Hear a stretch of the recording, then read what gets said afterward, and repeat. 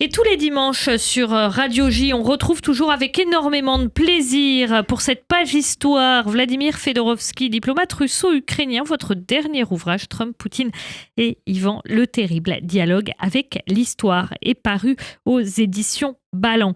Aujourd'hui, on parle de la France et de la révolution russe. On l'a un peu évoqué tout à l'heure.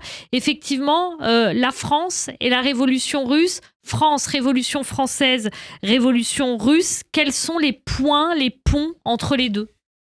Deux aspects complètement contradictoires sur ce plan-là.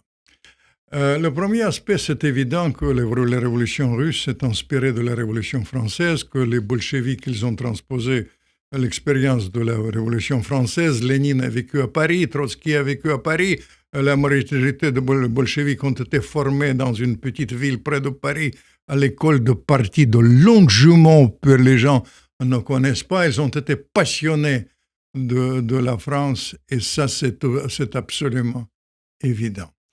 Et deuxième aspect, c'est un aspect de l'autre genre, que la révolution russe a été, dès le début, considérée par l'élite française de l'époque comme un très grand danger. Un très grand danger parce que les idées du communisme ont pénétré là-bas. Bien sûr. Et il faut dire que c'est à partir de cette idée, il y a quelque chose qui est en fait comparable avec les idées d'aujourd'hui. Ils ont dit qu'il faut envoyer les forces armées là-bas en Russie, que la Russie peut tomber très vite et qu'éventuellement il y aura une dislocation de la Russie puisque les Japonais entrent de l'autre côté, les Anglais par ça. Ils ont même écrit, on m'a montré les cartes. Il y avait les gens, un jour il faut raconter l'histoire secrète de la révolution russe à travers l'espionnage français. Il y avait des grands espions français qui ont contribué à ça. Il y avait En tout cas, la France, effectivement, se méfie de la révolution russe. Elle soutient les Russes blancs contre les bolcheviks à l'époque. C'est plus que ça. Vous comprenez, il disait que l'affaiblissement de la Russie, c'est une occasion rêvée pour en finir avec ces espaces infinis de la Russie et essayer de disloquer de la Russie. Donc, ça veut dire que de la France, la révolution russe, au départ, c'est quelque chose qui va affaiblir la Russie. Qui affaiblir la Russie est le concept qui est au fait le concept d'actualité aujourd'hui, parce que vous savez bien qu'au Parlement européen, il monte les cartes avec 37 Russies, on parle de dislocation de la Russie. Ça, et les bêtises comme ça qu'ils ont. Vous savez, c'est tout le contraire du message qu'on a évoqué la dernière fois à propos de Napoléon. Les gens prenaient leur désir pour la réalité à l'époque. Je voudrais vous raconter une histoire tout à fait concrète, parce que vous savez bien qu'aujourd'hui, on parle de l'envoi des troupes françaises à Odessa, mais les troupes françaises ont été à Odessa.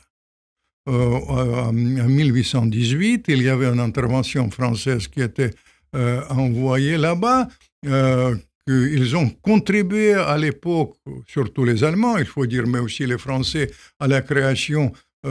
C'était une période courte qui n'a pas duré une année même, de l'indépendance de l'Ukraine. Ils misent sur le nationalisme en Russie pour assurer la dislocation de la Russie. Ce sont des choses connues. Ce qui est moins connu, c'est le rôle de l'espionnage français dans l'évolution des bolcheviks. Ils ont mené des complots extraordinaires. Il y a un grand espion marchand, il s'appelait, mais il y avait plusieurs. Et puis l'ambassadeur français qui a joué, mais surtout l'espionnage, qui est paradoxe de ça. Et je me demande qu'il faut qu'un jour je creuse sur ça, parce que les Anglais, ils ont beaucoup déclassifié ça. Et les Français, pas du tout. Tandis qu'ils ont joué un rôle 5 fois plus important que les Anglais. À l'époque, il y a un épisode qu'il a voulu faire sauter le théâtre Bolchoï, tuer Lénine, Trotsky et toute l'élite russe et changer la donne en disant que, comme aujourd'hui, qu'il y aura un changement de régime. Rien de tel ne s'est passé, mais il y a une autre filiation. Vous savez que le truc d'Odessa est terminé d'une manière très pittoresque. L'intervention, les forces armées d'Odessa, et après il y avait les communistes français qui ont été contaminés, les troupes d'une part, et d'autre part un obscur chiffreur qui était basé à Istanbul en Turquie. qui a transmis l'ordre de partir aux troupes françaises, qui était un ordre complètement inventé. C'est une grande histoire d'espionnage. Et on m'a dit, au début, je pensais que c'est les Russes qui ont enrôlé. Pas du tout. Il agissait de son propre gré. Et il a donné un ordre fictif de Français de partir. Ils sont partis là-bas en laissant des traces sur Odessa. Mais il y a aussi le fait qu'à l'époque, il y avait des gens qui ont commencé à jouer un rôle majeur. D'ailleurs, souvent les militaires de haut gradé qui passaient du côté du communisme et qu'ils ont commencé à jouer un rôle majeur dans le rétablissement des liens entre la France et la Russie dans le cadre de l'organisation qui s'appelait Comintern, c'est l'organisation du communisme international. Tout ça, c'est, vous voyez, les mouvements assez contradictoires. D'une part, une grande... Est-ce que ce qui lie aussi la France et la Russie et les révolutionnaires russes, c'est à l'époque, c'est incomparable avec maintenant aussi, la place qu'occupe la gauche en France et le Parti communiste. Évidemment, cela va sans dire, mais il y avait une attirance réelle de ces idées-là, de l'ouverture, et il y avait... Qu'est-ce qui fait cette attirance réelle? Qu'est-ce qui Non, mais séduit? à l'époque, le mouvement intellectuel dominant, c'était le mouvement communiste. Il ne faut pas dire que transposer le monde à partir des idées... Vous savez, il y a un grand haut militaire, capitaine Sadoul, il s'appelait... C'était attaché militaire français à l'époque. Il passe du côté des bolcheviks. Pourquoi? Parce qu'ils disent les bolcheviks, ils sont contre la guerre. Et ces gens-là, ils nous ont emmené déjà à la Première Guerre mondiale, ils ont emmené la paix de Versailles qui va engendrer inévitablement le nationalisme en Allemagne, qui va engendrer le mouvement nazi en Allemagne, et que dans ce contexte-là, la seule possibilité, c'est l'alliance avec l'Union soviétique et par conséquent à l'alliance avec Staline. On est dans les réflexions majeures face au choix définitif à ça, mais l'attirance, évidemment, était importante sur le plan intellectuel. Il ne faut pas oublier les intellectuels. Effectivement, il y a aussi des mouvements intellectuels, littéraires, par exemple, le surréalisme. Surréalisme marqué par, vous savez, Breton, il était pro-russe, pro-bolchevique, pour être précis. Mon ami Aragon, n'en parlons pas, qui était devenu plus tard communiste. L'attirance était absolument incontestable et ça a développé. Mais on a du mal aujourd'hui, Vladimir Fedorovski, à comprendre ce qui, chez les surréalistes, les lie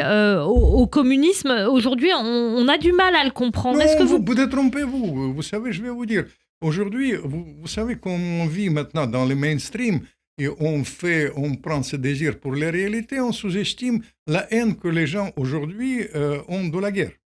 Vous comprenez la base de ça, je vais vous dire, qui était marquée. Moi, j'ai connu très bien intimement Aragon.